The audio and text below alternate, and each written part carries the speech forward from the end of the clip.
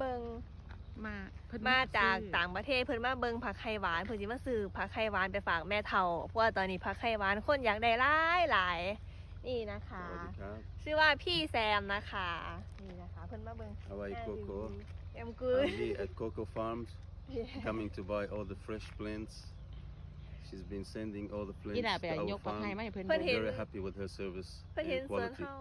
วนเฮามาจากเพจคือกันเนาะจ้ะนี่เห็นสวนเฮามาจากเพจนำมาฮอดเพจเลยมาเบิ่งกันว่า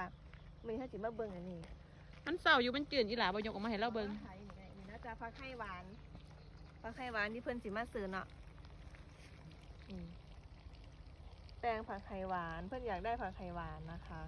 เพิ่นสิซื้อ This is all our delivery ready for delivery yes That's all for us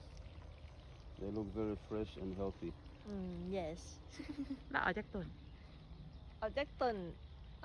จ้ะเพิ่นว่าเพิ่นสิเอาไปปลูกที่สวนเพิ่นว่าเพิ่นจะไปปลูกเป็นไร่ผลเด้นี่เอาต้นผักไข่ไปปลูกเป็นไร่กินสดๆได้บ่ Very nice กินได้ Beautiful very nice Very fresh ขอบคุณค่ะ thank you Very fresh and อร่อยมากๆอร่อยมากๆนะคะกินแล้วอร่อยมากๆเพิ่นว่าบ้านเพิ่นมักกันบ่บ้านเพิ่นกับ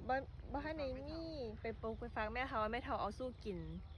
มาฮอดร้านเฮากับผัดสู้กินเพิ่นเลยว่าแซ่บเลยอยากไปปลูกอยู่ทางพุ่นเนาะจ้ะเดี๋ยวมันปลูกไปบ้านไร่นึงนี่ล่ะอยู่พัทยาบ่คือดีแท้ขอบคุณค่ะโอ้ยโตหมานแต่เศร้า